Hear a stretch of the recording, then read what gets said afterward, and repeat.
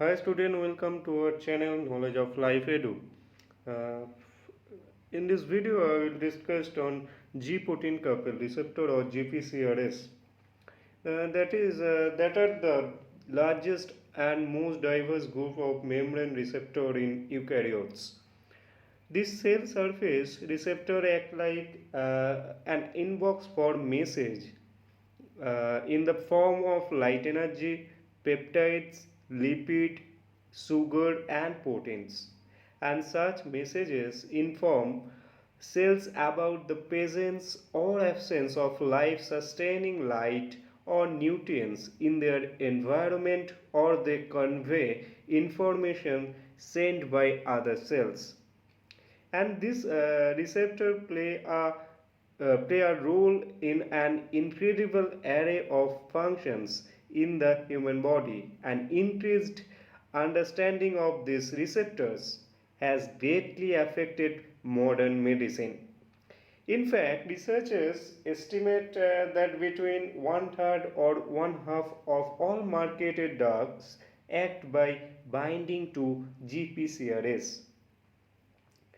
And what do GPCRs look like? These G protein coupled receptors bind a tremendous variety of signaling molecules.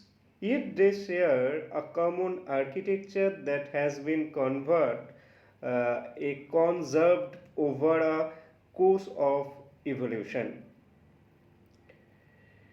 Many present day eukaryotes, including animals, plants, fungi, and protozoa, rely on these receptors to receive information from their environment. For example, simple eukaryotes such as yeast have G protein coupled receptor that senses glucose and mating factors, and GPRs are involved in considerably more functions in multicellular organism.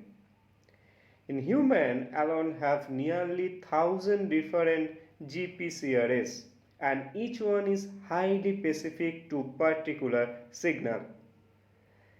G protein coupled receptor consists of a single polypeptide that is folded into globular shape and embedded in a cell's plasma membrane. 7 segments of this molecule spans the entire width of the membrane, thus explaining why GPCR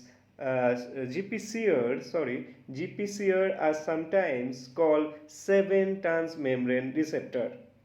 And the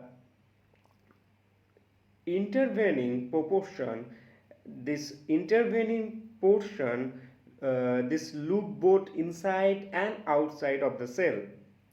The extracellular loops form part of the pockets at which signaling molecules bind to the GPCR. And the function of GPCR, what is the function of GPCR?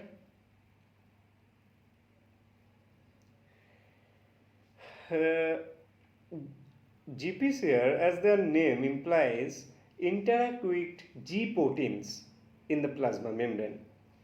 When an external signaling molecule binds to a GPCR, it causes a conformational change in G protein coupled receptor. This change then triggers the interaction between GPCR and a nearby G protein. So G proteins, what is G proteins? G proteins are specialized proteins which the ability to bind the nucleotides guanosine triphosphate and guanosine diphosphate, that is GTP and GDP. Some G proteins such as the signaling protein, that is RAS, are small proteins which a single subunit. However, the G proteins that associate with GPCR are heterotrimeric. That means they have 3 different subunits: an alpha subunit, a beta subunit, and a gamma subunit. And two of these subunits, that is alpha and gamma, are attached to the plasma membrane by lipid anchors. You can see in the picture where the alpha and gamma are attached to the plasma membrane.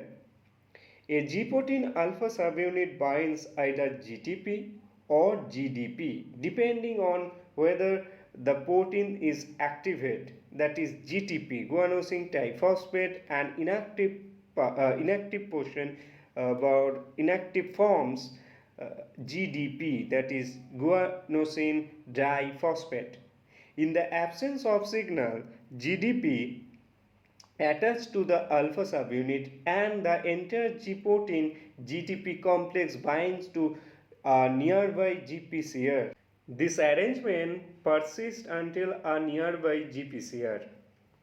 Uh, a signaling molecule that joins with GPCR, and at this point a change in the conformations of the G-protein coupled receptor that activates the G-proteins, and GTP physically replaces the GDP bound to the alpha subunit. As a result, the G-protein subunit dissociate into two parts, that is the GTP bound alpha subunit and a beta gamma dimer. Both parts remain anchored to the plasma membrane, but they are not longer bound to the GPCR, so they can now diffuse laterally to interact with each other membrane proteins. And G-protein remain active as long as their alpha subunits are joined with GTP. However, when the GTP is hydrolyzed back to GDP, the subunits once again assume the form of an inactive heterotrimer, and the entire G-protein reassociates with the now inactive GPCR. In this way, the G-proteins work like a switch, turned on or off by signal receptor interactions on the cell surface.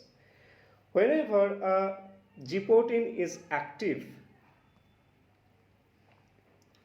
both its GTP bound alpha subunit and its beta gamma dimer can relay messages in the cell by interacting with each other membrane proteins that involve in signal transduction. The specific targets for activated G-protein include various enzymes that produce second messenger, as well as certain ion channels that allows ions to act as stimulate the activity of these targets, whereas others are inhibitory. Vertebrate genomes contain multiple genes that encode the alpha, beta, and gamma subunits of G proteins. The many different subunits encoded by these genes combine in multiple ways to produce a diverse family of G protein. You can see here in this picture. What second messenger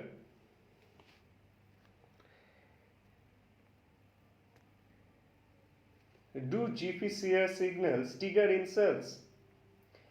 This activations of single G protein can affect the productions of 100 or even 1000 of second messenger molecules. What are the second messengers? Such as CAMP, that is cycle MP, DAG or diacetylglycerol, and inositol 1,4,5 triphosphate, that is IP3, are small molecules that initiate and coordinate the intercellular signal pathways.